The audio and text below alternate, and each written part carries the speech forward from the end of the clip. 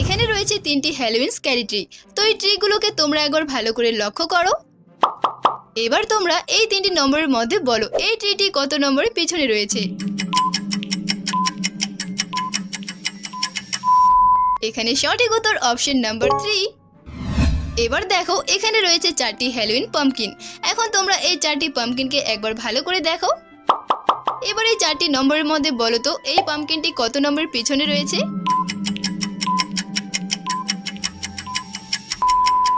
এখানেও শেষের পাম্পকিনটি আগে ছিল, তো উত্তর হচ্ছে নাম্বার 4।